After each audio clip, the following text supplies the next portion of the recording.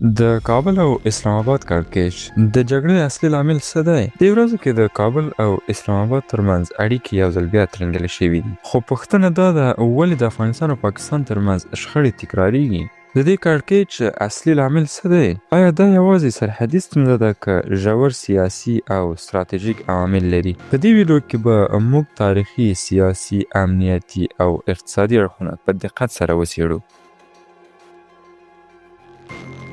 په 1893 کال کې کله چې د افغانستان او برطانوي هند ترمنځ د ډیورنډ کرښه وټاکل شوه، افغانستان وروسته دا کرښه د رسمي نړیوال سرحد په توګه ونه منله، خو پاکستان دا خپل رسمي سرحد وباله. همدا موضوع تر نن ورځې پورې د دواړو هیوادونو ترمنځ تر ټولو ستر اختلاف دی.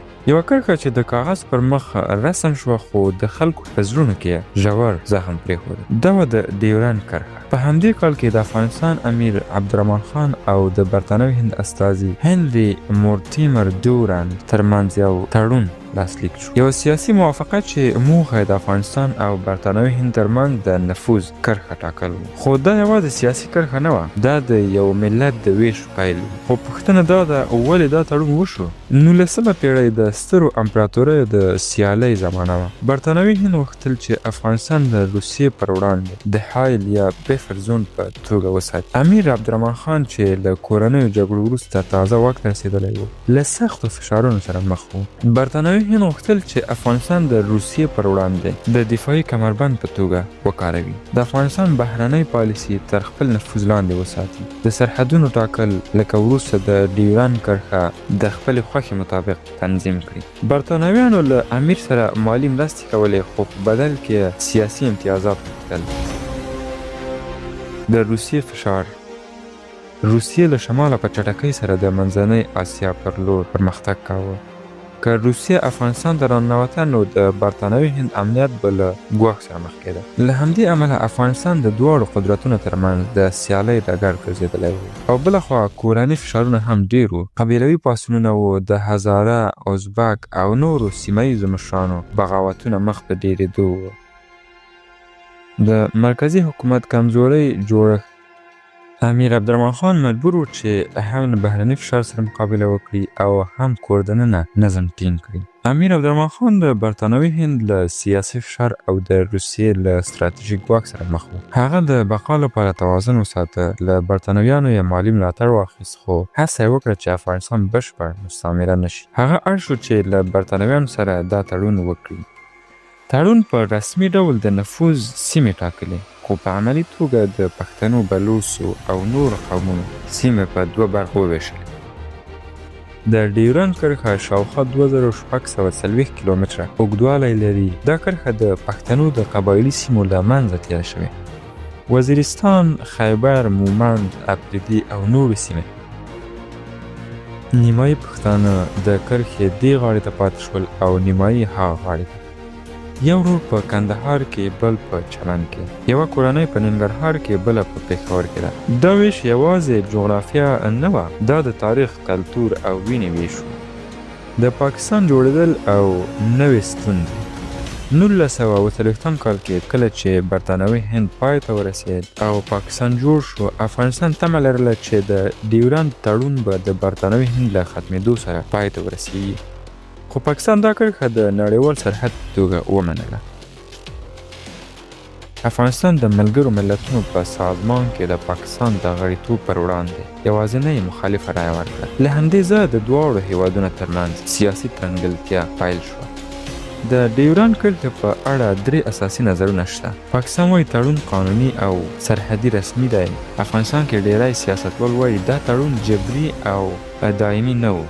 ځینې نړیوال حقوقپوهان استدلال کوي چې د دولتونو بدلون تړونونه نه لغوه کیږي، خو حقیقت دا دی چې دا موضوع یوازې قانوني نه ده بلکې ژوره سیاسي او قومي مسله ده. په تیرو لسیزو کې څو ځله سرحدي نښتې شوي، تورخم، سپین بولدک او نورې لارې څو ځله تړل شوي دي. کله ناکله توپچي بریدونه، کله سرحدي دروازې تړل کیږي او کله سیاسي تورونه هم یو پر بل باندې اړوي.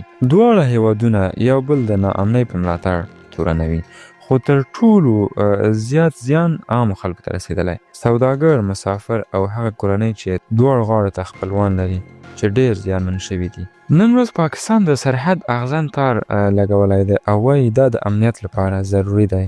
افغانستان بیا وایي چې دا سیمه تاریخي او قومي پیچلتیا لري. سره له سیاسي اختلافاتو اقتصادي او ټولنیزې اړیکې لا هم ژورې دي. میلیونونه افغان کډوال کلونه په پاکستان کې اوسېدلي دي. ژبه، کلتور، دودونه او تاریخ لا هم ګډ دی. د ایران کرښه یوازې خط نه دی، دا د تاریخ یو فصل دی چې لا هم نه دی تړل شوی. یوه کرښه چې امپراتوریو رسم کړه خو ولسونه تر نن ورځې بیه پرې کوي. پوښتنه دا ده چې دا کرښه شته او که نه؟ او بله پوښتنه دا ده چې راتلونکي نسلونه به دا موضوع څنګه حلوي؟ آیا دا به د شخړې سمبول وي که د تفاهم او نوي باب پیل وي؟ تاریخ موږ ته دا ښیي هغه کرښې چې په زور رسمیږي په زړونو کې اسانه نه منل کیږي. کله چې طالبان په 2020 کال کې بیا واک ته ورسېدل، تمه کېده چې د کابل او اسلام آباد اړیکې به ښې شي، خو برعکس سرحدي نښتې زیاتې شوې. اصلي دلیل څه دی؟ پاکستان تور لګوي چې افغان خاوره د پاکستاني طالبانو لپاره کاریږي.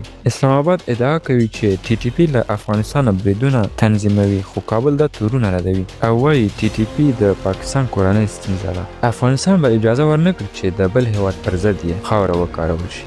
اسلام آباد د خپلې امنیتي او سیاسي ستونزې په خپل هیواد کې حل کړي. کابل ټینګار کوي چې دوی د پاکستان په چارو کې لاسوهنه نه کوي. په وروستیو کلونو کې او څو ورځې وړاندې څو ځله پاکستان د افغانستان دننه هوایي بریدونه کړي دي. دا بریدونه کابل د خپل حاکمیت خلاف ګڼي. افغان چارواکي وایي دا کار د نړیوالو اصولو خلاف دی. تورخم لار څو ځله تړل شوې ده. هر ځل چې دا لار وتړل شي سوداګري درېږي، د توکو بیې لوړېږي، دواړه هیوادونه زیان ویني. پاکستان کله ناکله د فشار وسیلې په توګه سرحد تړي. کله چې د افغانستان د میوو حاصلات لکه انار، انګور، خټکي او داسې نورې میوې ورسیږي، پاکستان خپلې پولې تړي تر هغه پورې چې زموږ میوې په کور دننه خراب او یا په ټیټ قیمت وپلورل شي. بیا پاکستان خپلې پولې زموږ پر مخ خلاصې کړي چې موږ خورا ډېر تاوان کړی وي. پاکستان تل اندېښنه لري چې افغانستان به له هند سره نږدې اړیکې ولري.